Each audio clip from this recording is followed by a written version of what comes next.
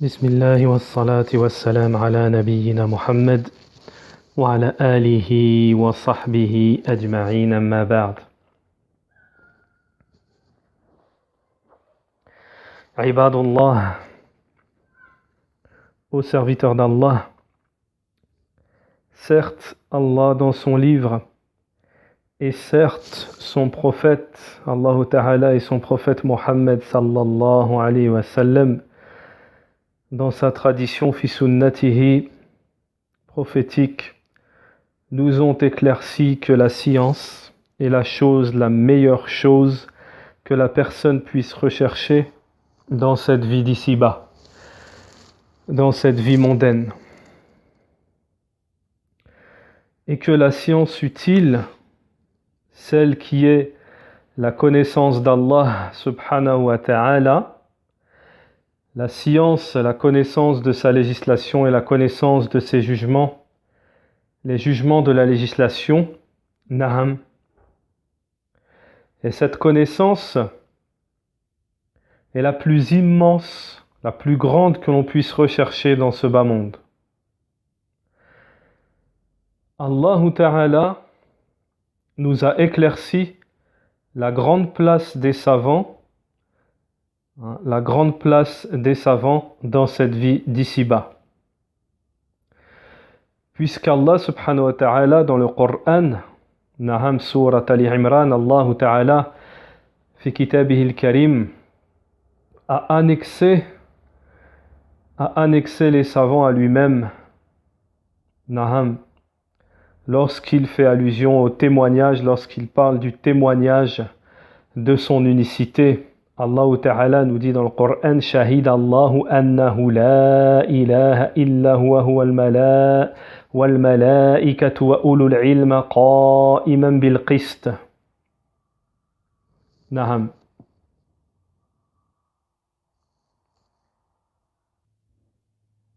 Naham, Surat Ali Imran, verset 18, Allah atteste aussi les anges et les doués de science qu'il n'y a point de divinité à part lui, le mainteneur de la justice, point de divinité à part lui, le puissant, le sage. Étant donné la grande place de la science auprès d'Allah subhanahu wa ta'ala, Allah subhanahu wa ta'ala a ordonné à son messager Muhammad sallallahu alayhi wa sallam, au prophète alayhi salatu wa sallam, de lui demander l'augmentation dans la connaissance, dans la science. Amar Allahu nabiyahu sallallahu alayhi wa sallam an yastazid min al-ilmi. Naham. Et Allah Ta'ala ne lui a pas ordonné de l'invoquer sur une augmentation autre que le ilm, sur la demande de lui augmenter autre que la science, illa min al-ilm. ولم يأمره أن يدعو الله بالاستزادة من شيء إلا من العلم.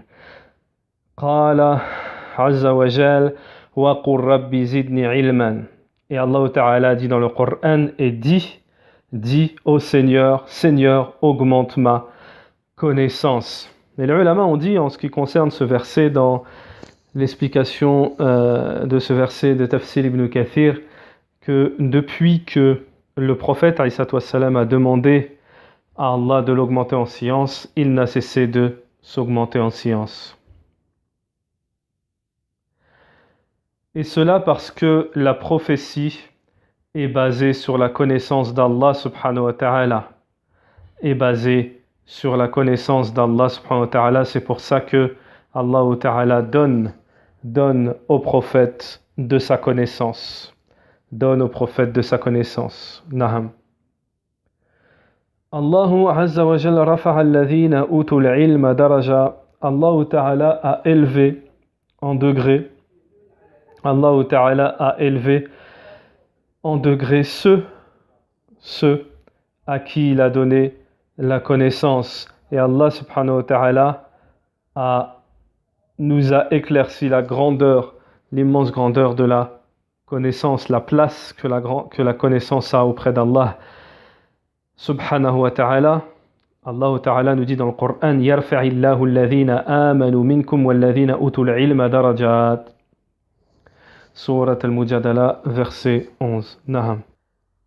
Surat al-Mujadala, Surat 58, verset 11. Et quand on vous dit de vous lever, levez-vous. Allah élèvera en degré ceux d'entre vous qui auront cru et ceux qui auront reçu le savoir. Et ceux qui auront reçu le savoir. Naham. Les gens de la foi, les gens de la croyance qui ont cru, les ulama nous disent que les gens qui ont cru sont élevés, comme dans ce verset, hein, Yarfa'ullahu alladhina amanu, les gens qui ont cru sont élevés, et ceux à qui il a été donné la connaissance parmi les gens qui ont cru sont élevés aussi en degrés. Et ceci est un mérite donné, octroyé par Allah subhanahu wa ta'ala. Naham.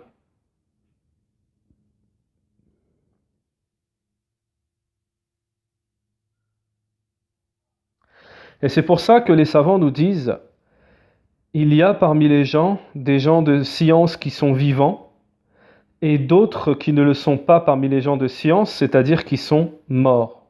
Naham.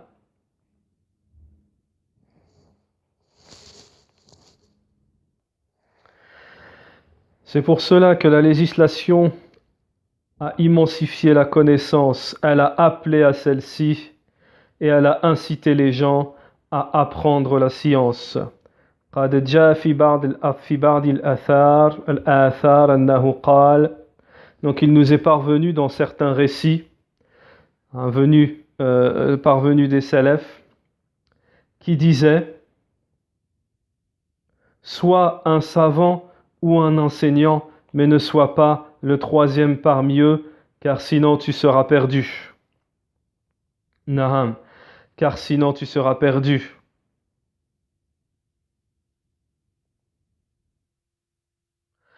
Soit savant, c'est-à-dire que tu enseignes aux gens, ou soit quelqu'un qui apprend pour lui-même la science, mais ne sois pas le troisième, c'est-à-dire celui qui suit les gens selon leur situation sans avoir de connaissances, car tu t'égareras, tu te perdras.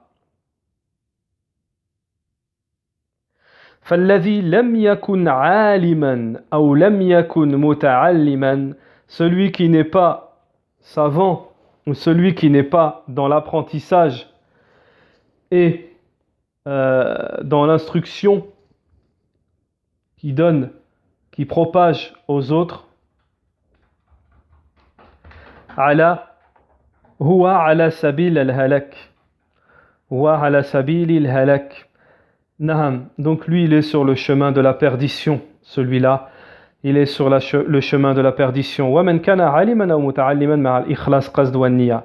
Tandis que celui qui est savant ou qui est quelqu'un qui est dans l'apprentissage de la connaissance ou qui naham, qui instruit les autres avec sincérité et une bonne intention, celui-là est dans un chemin où il sera sauvé, Sachez, ô vous les croyants, que la connaissance, celle qui nous incite, dont la législation ash-shara' nous incite, est de deux genres. Elle est de deux genres. Le premier genre, c'est la science, la connaissance de la religion, la connaissance d'Allah subhanahu wa ta'ala, la connaissance de son unicité, la connaissance de l'explication, de l'exégèse, naham, at-tafsir, la connaissance de ilm al-hadith, la connaissance du hadith, la connaissance du fiqh, de la jurisprudence, c'est-à-dire la connaissance du licite et de l'illicite. Et il n'y a pas de meilleure parole, nous dit Cheikh Salih al-Sheikh, hafidhahullah, que ce qu'a dit l'imam Ibn al-Qayyim, fi nuniyatihi, traduction approximative du sens, naham, dans un poème. Et l'ignorance est une maladie, naham, et l'ignorance est une maladie qui tue. Et son remède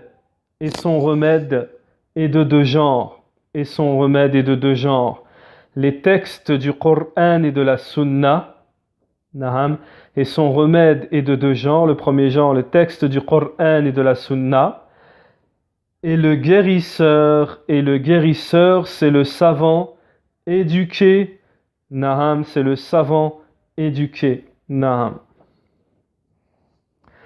فهذا القسم الأول العلم بدين الله دين الله وذلك في أنحاء ثلاثة. نعم. Et cette subdivision, c'est-à-dire cette première catégorie, on a dit que la connaissance se divisait en deux catégories. Cette première catégorie qui est la connaissance de la religion d'Allah subhanahu wa ta'ala, naham, elle sous-entend trois choses. Naham. La première, la connaissance de l'unicité d'Allah. La connaissance de l'unicité d'Allah, bien entendu, le tawhid. Le tawhid. La deuxième chose, la connaissance de la jurisprudence du licite et de l'illicite, al-ilm bil-fiqh, bil-halal wal-haram. Et la troisième, la connaissance, naham, de la rétribution, du jugement, de la rétribution d'Allah, et ce qui se produira le jour de la résurrection, naham, et le jugement qui est en rapport avec les gens, c'est-à-dire l'authentification de leurs œuvres et de leurs comportements, naham. Et il entre dans cela, en règle générale, la connaissance, naham, du comportement.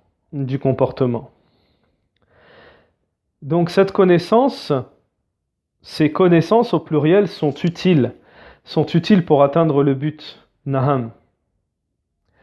Et les fondements de cette connaissance se trouvent dans le livre d'Allah subhanahu wa ta'ala et dans la tradition prophétique de Mohammed, de son prophète alayhi salatu wassalam, naham. Et dans ce qu'on dit les compagnons du prophète, les pieux prédécesseurs radiyallahu anil jami'.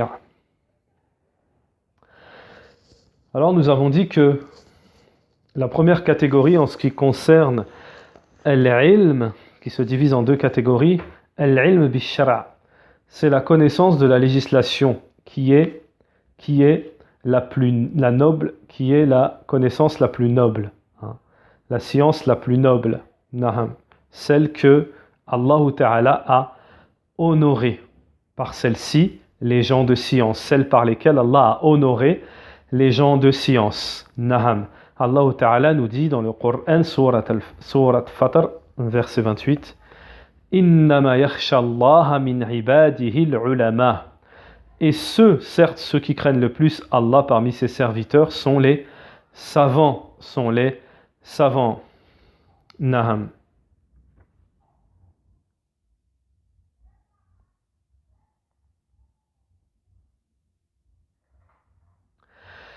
Après qu'Allah subhanahu wa ta'ala ait mentionné les caractéristiques de ceux qui craignent Allah, naham, de ceux qui craignent Allah et ceux qui ont peur d'Allah subhanahu wa ta'ala, et de ceux qui sont les plus proches d'Allah subhanahu wa ta'ala, Allah subhanahu wa ta'ala, après qu'il ait mentionné leurs caractéristiques, ba'da zakara sifatuhum, Allah Ta'ala nous dit dans le Coran, est-ce que sont au même niveau ceux qui savent et ceux qui ne savent pas? Ceux qui savent et ceux qui ne savent pas.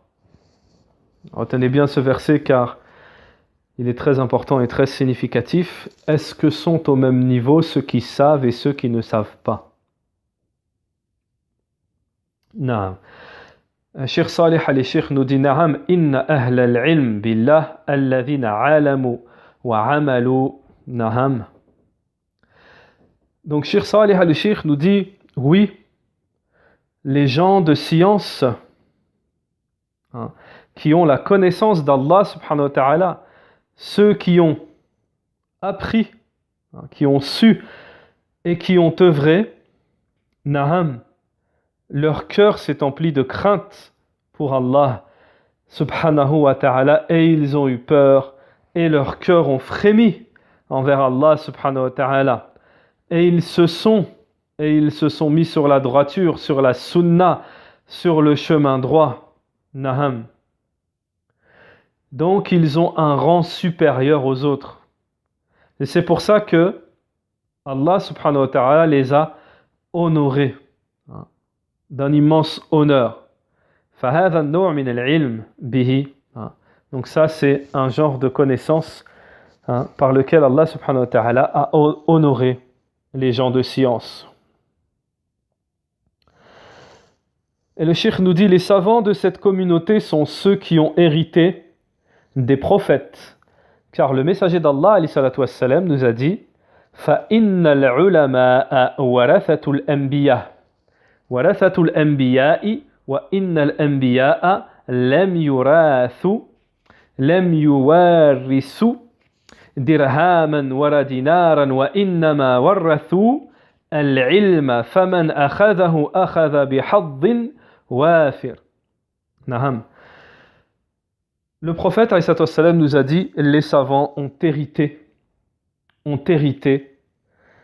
sont les héritiers des prophètes. Et les prophètes n'ont pas hérité de dirham ou de dirham, mais ils ont hérité de la connaissance. Ils ont hérité de la connaissance.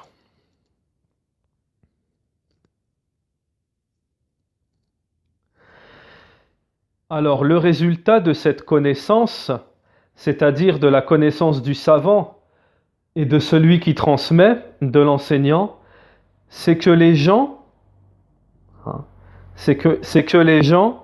sont dirigés, naham, ils sont clairvoyants en ce qui concerne l'ordre d'Allah et le chemin d'Allah subhanahu wa ta'ala. Et ils sont clairvoyants sur ce qu'il y a de plus grand et sur ce qu'il y a de meilleur entre leurs mains dans cette vie d'ici-bas. Donc ne vous méprenez pas, ne vous faites pas avoir, ne vous méprenez pas. Ce qu'il y a de meilleur dans cette dunya, dans cette vie d'ici-bas, c'est la science utile. C'est la connaissance d'Allah, c'est la connaissance de sa législation. Naham. Et celui qui part dans un autre hadith, le prophète alayhi salatu wassalam, que nous allons citer à la suite, est celui qui part, qui prend un chemin pour aller étudier la science, Allah lui ouvre un chemin, lui fait un chemin vers le paradis. Naham. Donc, la connaissance, la science, l'ilm, c'est ce qu'il y a de meilleur dans cette dunya. Naham. Et cette connaissance, cette science, la connaissance d'Allah subhanahu wa ta'ala procure à ses adeptes une sécurité dans la vie d'ici-bas, dans la vie mondaine et dans l'au-delà.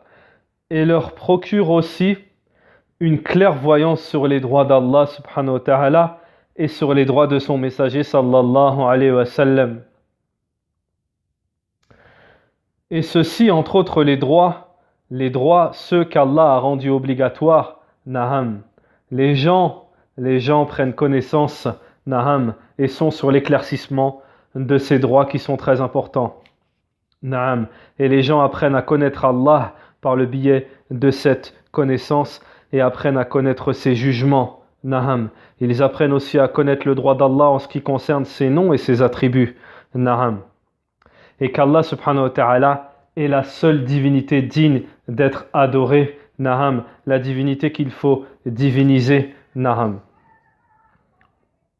Sachez, ô vous les croyants, que la connaissance de la législation, naham, al-ilm bi-sharah, il n'y a aucun doute quelle est la meilleure connaissance.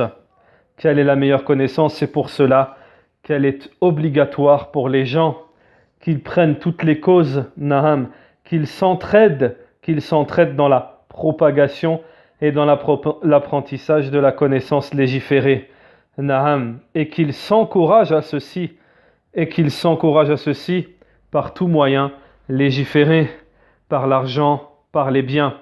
In lam yakun inda at-talib al-ilm al-mal, si un étudiant en sciences n'a pas de moyens, n'a pas d'argent, alors que les gens fassent toutes les causes possibles et qu'ils cèdent du meilleur possible, naham, pour qu'ils s'entraident, naham, pour aider ce talab al-ilm dans la propagation de la science, naham. Car c'est dans ce domaine-là, car c'est la cause, parce que la science, c'est ce qui fait rester la communauté, c'est ce qui fait que la communauté reste sur ce qu'il y a de meilleur et sur ce qu'il y a de plus fort, naham. Et c'est ce qui oriente la communauté, les gens, les musulmans, naham, à ce qui leur est obligatoire. C'est pour cela qu'il a été dit dans un hadith, qu'il a été rapporté dans un hadith, la parole du prophète sallallahu alayhi wa sallam, dans un hadith authentique,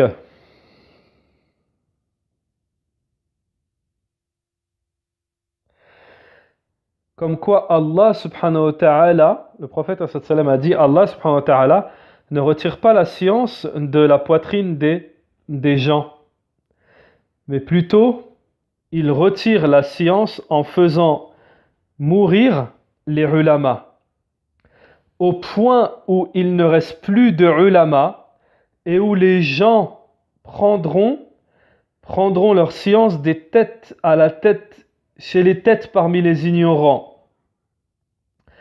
Et ils les questionneront et ils leur feront des fatwas sans connaissance et ils leur donneront des avis juridiques sans connaissance. Ils seront égarés, c'est-à-dire ils seront égarés, ceux qui font des fatwas, ces ignorants qui font des fatwas, et ils égareront aussi les autres. Et à ce moment-là, la communauté s'égarera. Naham. Et à ce moment-là, ce qui pendra au nez de la communauté, comme nous le dit le cheikh ici, ce sera le châtiment d'Allah subhanahu wa ta'ala. Donc il faut bien prêter attention à cette parole de Cheikh Salih al-Sheikh hafidhahullah par rapport à ce hadith. C'est que c'est exactement le cas aujourd'hui. Les gens ne vont pas vers les gens ne se retournent pas vers les gens de science, mais se retournent vers n'importe qui prétend avoir la connaissance et qui les égare. Naham, et qui les égare. Anna ahl al-ilm billah a'in al-ilm al-shar'i min al-ulama wal-muta'alimin min haqqihim an nusa'idahum. Donc, la connaissance, la science d'Allah subhanahu wa ta'ala, la connaissance d'Allah subhanahu wa ta'ala, c'est-à-dire la connaissance de sa législation, c'est-à-dire les ulama et ceux qui enseignent, qui apprennent cette connaissance. Parmi leurs droits, c'est que nous les aidions. Parmi leurs droits, c'est que nous les aidions. Et que naham, nous les aidions et que nous les incitons. Que nous les incitons, naham, à cette science.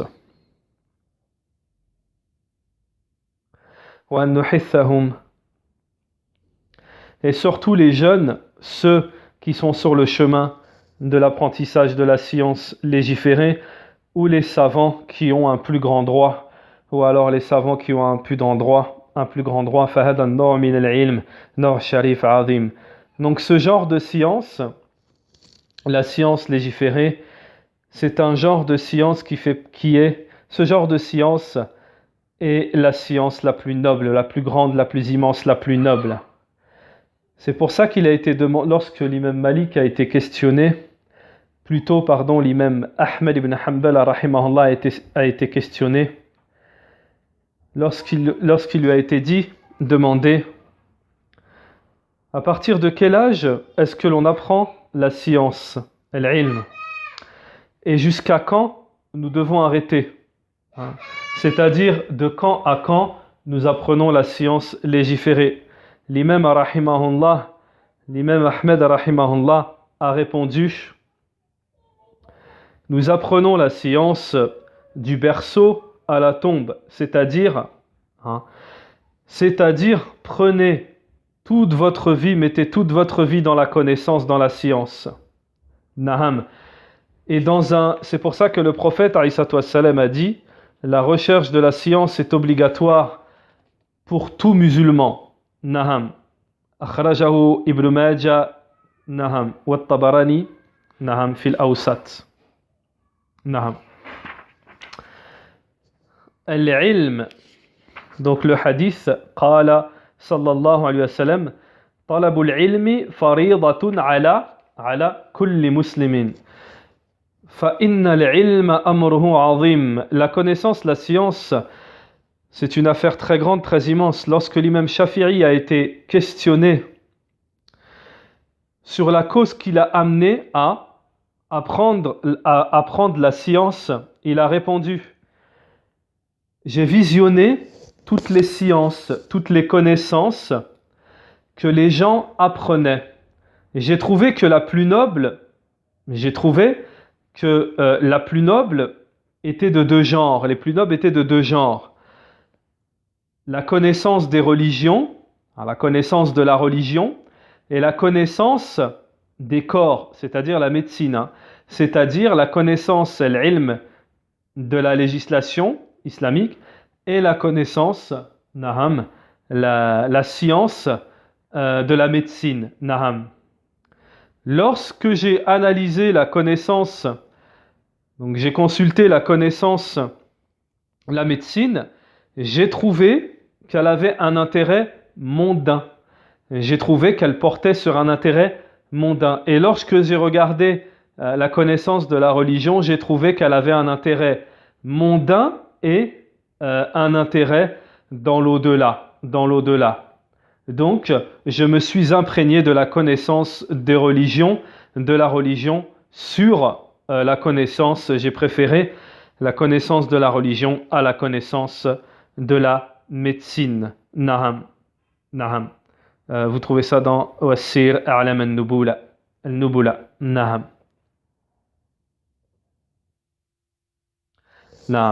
Donc c'était un petit aperçu sur les bienfaits de la connaissance, sur les bienfaits de la science légiférée. Nous avons quelques hadiths qui nous montrent les bienfaits de la connaissance avec quelques paroles de salaf. Et le cheikh ici a commencé par des dalils, des preuves du kitab Adilla min kitabi wa sunnah, du livre d'Allah subhanahu wa ta'ala, le Coran et la sunna du prophète alayhi salatu wassalam, et bien sûr aussi avec des paroles de salaf qui nous enjoignent à nous imprégner toute notre vie à rechercher la science, à la mettre en pratique et à l'enseigner, comme cela est la tradition des salaf et des naham et des imams de la communauté. Naham. Subhanallah, subhanakallah wa bihamdik wa ashhadu an la ilaha illa ant wa astaghfiruka wa atubu ilayka wa sallallahu wa sallam ala nabiyyina Muhammad wa ala alihi wa sahbihi ajma'in.